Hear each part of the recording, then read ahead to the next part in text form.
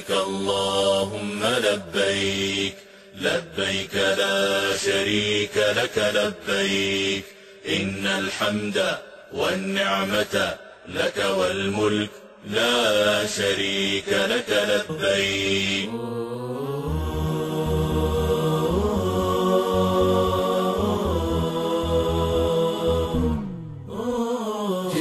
Bismillahirrahmanirrahim. Assalamualaikum warahmatullahi wabarakatuh. Alhamdulillahi rabbil alamin.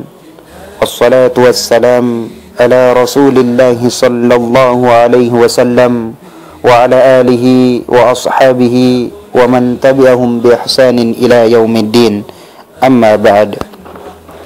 Jemaah sekalian yang dirahmati oleh Allah Subhanahu wa taala, saat ini saya sedang berada di depan Ka'bah. Saat ini saya sedang berada di Makkahul Mukarramah. Dan tidak lain tujuan saya hadir ke tempat ini adalah untuk dapat melaksanakan ibadah umrah. Dan pada kesempatan ini saya ingin menyampaikan tentang tata cara daripada pelaksanaan ibadah umrah sebagaimana tuntunan dari baginda besar kita Muhammad sallallahu alaihi wasallam. Namun terlebih dari itu semua, seorang yang hadir di tempat ini merupakan orang yang spesial di sisi Allah Subhanahu wa taala.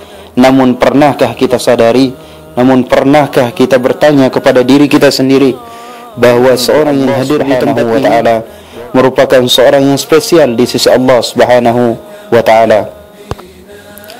Kita sadar kita merupakan seorang hamba yang penuh dengan dosa. Kita sadar kita merupakan seorang hamba yang penuh dengan kemunafikan. Namun Allah Subhanahu wa taala memberikan kita kesempatan untuk mengubah diri kita, untuk bertobat di tempat yang suci dan agung ini. Allahu akbar walillahil hamd.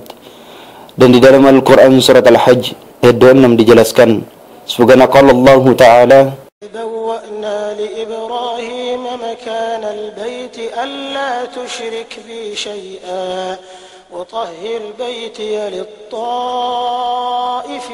والقائمين والركع السجود وأذن في الناس بالحج يأتوك رجالا وعلى كل ضامر يأتين من كل فج عميق. Yang dimana artinya, dan ingatlah ketika kami memberikan tempat kepada Ibrahim di tempat Baitullah dengan mengatakan, janganlah kamu memperserikatkan sesuatu pun dengan aku, dan sucikanlah rumahku ini bagi orang-orang yang tawaf dan orang-orang yang beribadah dan orang-orang yang rukuk. Kalau demikian dijelaskan di dalam surat Al-Hajj, maka ini merupakan tuntutan bagi diri kita semua agar kita senantiasa mengikhlaskan, menyerahkan dan membersihkan seluruh hati, jiwa dan peribadahan kita semata-mata kepada Allah Subhanahu wa taala, yang tentu dengan harapan setelah kita pulang kita mampu menjadi seorang insan, kita mampu menjadi seorang hamba yang bersih, yang suci, dan semoga kita mendapatkan umrah yang makbulah dan mabrurah. Amin.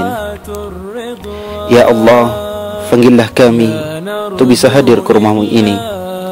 Jikalau kami tidak mampu, maka berikan kami kemampuan. Dan jika kami dalam keadaan sakit, maka sembuhkanlah kami. Berikanlah kami hidayahmu ya Allah, agar kami senantiasa selalu mengingatmu.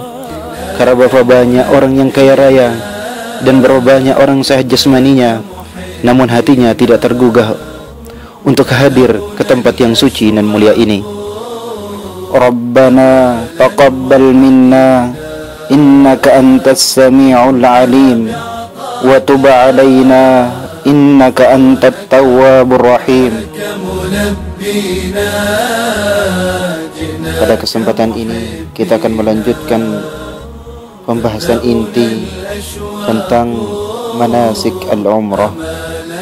Dan jikalau kita berbicara tentang pelaksanaan ibadah umrah, tentu kita juga mengingat dan tentu kita juga pernah mendengar faedah dan keutamaan daripada pelaksanaan ibadah umrah, sebagaimana yang dijelaskan di dalam hadis Rasulullah sallallahu alaihi wasallam yang berbunyi, al-umratu ilal umrah kafaratul lima bainahuma wal hajjul mabrur laysa lahu jazaa illa al jannah.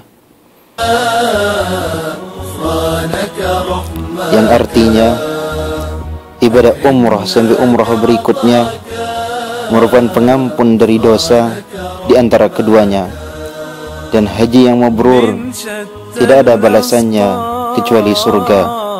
Hadis riwayat Bukhari dan Muslim.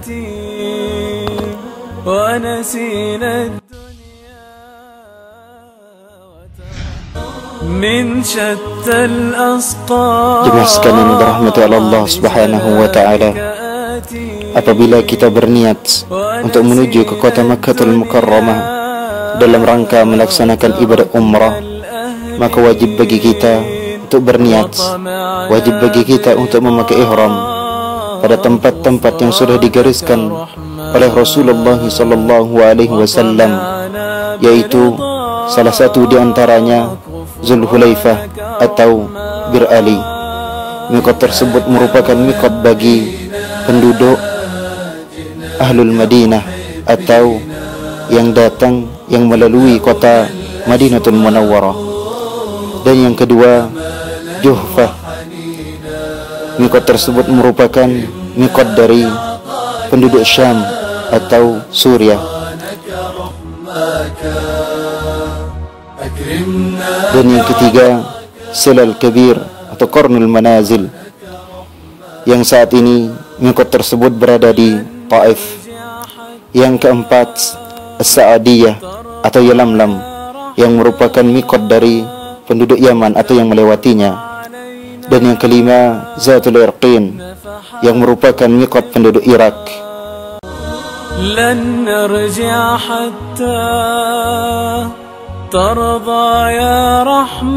Dan begitu juga bagi para jemaah haji yang melewati kota Jeddah, maka miqatnya adalah di kota Jeddah, Arab Saudi.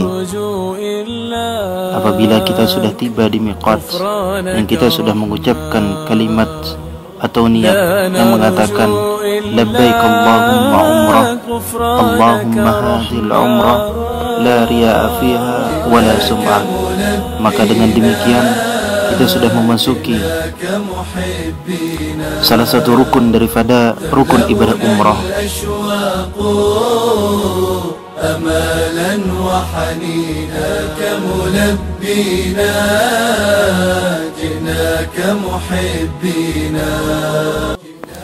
Dan adapun larangan-larangan daripada larangan ihram, itu salah satu di antaranya memotong rambut atau memotong kuku. Dan yang kedua, memakai wangian. Yang ketiga, kita dilarang untuk berburu. Yang keempat, kita dilarang untuk memotong pepohonan. Yang kelima, kita tidak boleh mengambil uang temuan, kecuali uang tersebut kita ambil dengan tujuan untuk menyerahkan kembali kepada pemiliknya melalui senduk amanat atau petugas-petugas yang terdapat di sekitar Masjidil Haram atau Masjid Nabawi. Yang selanjutnya, tidak boleh melakukan akad nikah dan berhubungan suami istri selama dalam keadaan atau selama memakai pakaian ihram. Dan yang selanjutnya, tidak boleh menutup kepala bagi laki-laki, baik itu menutup kepala dengan pakaian ihram atau dengan topi dan sejenisnya.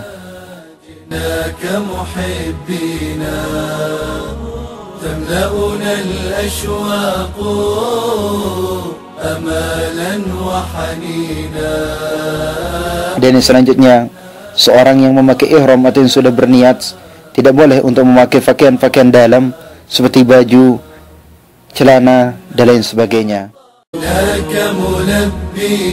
Jemaah sekalian dirahmati Allah Subhanahu wa taala, sekarang ini kita sudah berada di penataran Masjidil Haram, dan tentu salah satu yang dianjurkan oleh Rasulullah SAW yaitu di waktu kita memasuki Masjidil Haram maupun masjid-masjid yang lainnya, kita dianjurkan untuk mendahulukan kaki kanan kita, dan setelah itu kita membaca doa Allahumma antas salam wa minkas salam وإليك يعود السلام فحينا ربنا بالسلام تبارك ربك يا ذا الجلال والإكرام اللهم افتح لي أبواب رحمتك.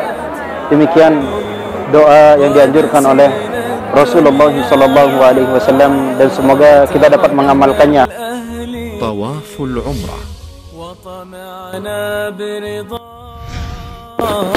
Jemaah sekalian yang dirahmati Allah Subhanahu wa taala, seorang yang akan melaksanakan tawaf diwajibkan dalam keadaan suci, tahir atau berwudu. Dan jikalau kita ingin mulai tawaf tersebut yang 7 putaran, maka kita harus dimulai dari Hajar Aswad yang sejajar dengan lampu hijau. Jadi anjurkan untuk mencium Hajar Aswad jikalau memungkinkan. Namun jika tidak, maka cukup melambaikan tangan dengan mengucapkan Bismillahi Allahu Akbar. Dan itu semua diulangi setiap putaran selama tawaf. Dan dimana jikalau kita memulainya dari Hajar Aswad, maka akan berakhir juga pada tempat tersebut. Maka putaran itu merupakan putaran yang pertama. Begitu juga yang kedua, yang ketiga, yang keempat, yang kelima, keenam, dan ketujuhnya. Dan adapun doa yang sering dibaca oleh jemaah haji atau jemaah umrah yang terdapat di buku manasik, itu bukan merupakan doa khusus yang wajib untuk kita baca. Namun jikalau sekiranya kita ingin membacanya, itu tidak mengapa.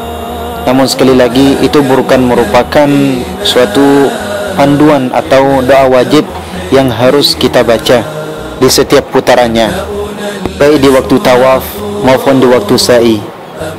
Satu tata cara daripada pelaksanaan umrah yang disunatkan oleh baginda besar kita Muhammad sallallahu alaihi wasallam, yaitu seorang laki-laki yang akan melaksanakan tawaf disunahkan untuk membuka lengan kanannya, yang dalam arti lengan kirinya tertutup, lengan kanannya terbuka. Para Rukun Yamani dan Hajar Aswad, kita membaca doa Rabbana atina fid dunya hasanah wa fil akhirati hasanah wa qina adzaban nar wa adkhilnal jannata ma'al abrar ya aziz ya ghaffar ya rabbal alamin. Jemaah sekalian dirahmati oleh Allah Subhanahu wa taala, jikalau kita sudah melaksanakan tawaf yang 7 putaran, maka kita dianjurkan untuk salat 2 rakaat di belakang makam Ibrahim jikalau sekiranya itu memungkinkan. Namun jikalau itu merupakan suatu hal yang tidak memungkinkan atau akan menyebabkan kemacetan dan lain sebagainya, maka kita diperbolehkan untuk tempat-tempat yang lapang untuk kita salat di dalamnya. Dan adapun yang dianjurkan di waktu kita salat 2 rakaat, yaitu pada rakaat pertama setelah kita membaca surat Al-Fatihah, kita dianjurkan untuk membaca surat Al-Kafirun, yaitu Qul ya ayyuhal kafirun.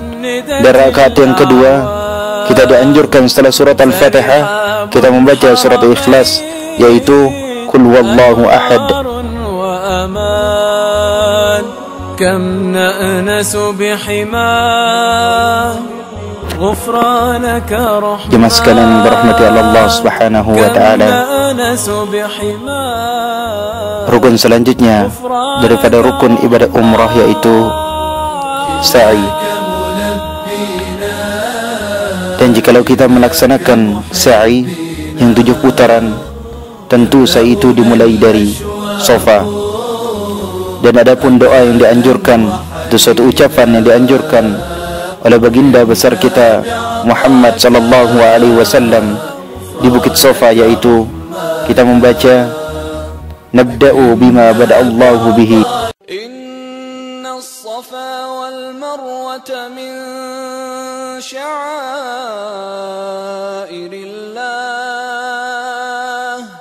faman hajjal baita aw i'tamara fala junaha alayhi an yattawwafa bihima wa man tatawwa'a khairan fa inna Allaha syakirun alim. Cuma kita memperbanyak pembacaan Allahu Akbar, Allahu Akbar, Allahu Akbar, La ilaha illallah wahdah, La syarika lah, Lahul mulku wa lahul hamdu, Yuhyi wa yumit, wa huwa ala kulli syai'in qadir. La ilaha illallah wahdah, La syarika lah, Anjaza wa'dah, wa nasara abdah, wa hazamal ahzaba wahdah. Dan kalimat tersebut kita baca 3 kali jikalau sekiranya memungkinkan. Entah itu merupakan ucapan yang kita ucapkan di Bukit Safa maupun di Bukit Marwah. Yang tentu jikalau kita memulai perjalanan sa'i dari Safa menuju ke Marwah terhitung 1, dan dari Marwah menuju ke Safa terhitung 2, dan akhir daripada sa'i yang ke-7 yaitu Marwah. Dan setelah kita membaca zikir-zikir yang tadi, lalu kita melanjutkan perjalanan menuju Bukit Marwah. Dan jikalau kita melewati filar di antara filar hijau, maka kita membaca doa Rabbighfir warham wa'fu wa taqarram wa tajawaz amma ta'lam innaka ta'lam ma la na'lam innaka antallah al-a'azzul akram. Begitu seterusnya sampai putaran yang ke-7. Anwarun wa aman kam na'nasu bihiman. Jemaah sekalian yang dirahmati Allah Subhanahu wa taala, rukun yang terakhir daripada rukun ibadah umrah yaitu mencukur atau tahallul. Dengan kita memotong rambut kita, maka selesailah kewajiban rukun-rukun daripada pelaksanaan ibadah umrah. Dan adapun hadis Rasulullah sallallahu alaihi wasallam, sewaktu Rasulullah sallallahu alaihi wasallam mendoakan para sahabat dengan membaca Allahumma ighfir lil muhalliqin, maka salah seorang berkata wal muqassirin ya Rasulullah. Qala Allahumma ighfir lil muhalliqin, Allahumma ighfir lil muhalliqin. Kalimat tersebut diulang oleh Rasulullah sallallahu alaihi wasallam sampai 3 kali, dan dalam riwayat yang lain juga dijelaskan sampai 4 kalinya. Lalu Rasulullah sallallahu alaihi wasallam mengatakan walil muqassirin, dan bagi orang yang memotong pendek. Hadis tersebut menjelaskan kepada kita, khusus bagi jemaah umrah yang laki-laki, agar senantiasa jikalau akhir daripada pelaksanaan tahallul itu kita menggundur rambut kita, yang tentu itu merupakan bukti kita di akhirat yang akan kita jadikan sebagai amalan-amalan soleh kita. Amin, amin ya rabbal alamin. Jemaah sekalian yang dirahmati oleh Allah Subhanahu wa taala, demikian ulasan singkat tentang manasik umrah. Saya sadar sebagai seorang manusia yang dhaif, sebagai seorang manusia yang lemah, tentu di balik semua itu pasti ada kesalahan. Maka untuk itu, jikalau sekiranya ada kesalahan dan kekurangan daripada video ini, dengan kerendahan hati saya menerima saran positifnya, saya menerima kritik positifnya, yang tentu semua itu akan kami jadikan sebagai batu loncatan untuk menjadi lebih baik lagi. Dan tidak lupa pula, saya pribadi mengucapkan rasa syukur dan terima kasih kepada seluruh mahasiswa-mahasiswa yang berasal dari Yaman. Semoga Allah Subhanahu wa taala membalas semua kebaikan, membalas semua ijtihadnya, sehingga video ini bisa tersusun dengan rapi dan indah. Demikian yang bisa saya sampaikan, kurang lebihnya mohon untuk dimaafkan. Wabillahi taufiq wal hidayah. Assalamualaikum warahmatullahi wabarakatuh. Astaudiukumullah alladzi la tadi'u wadai'u.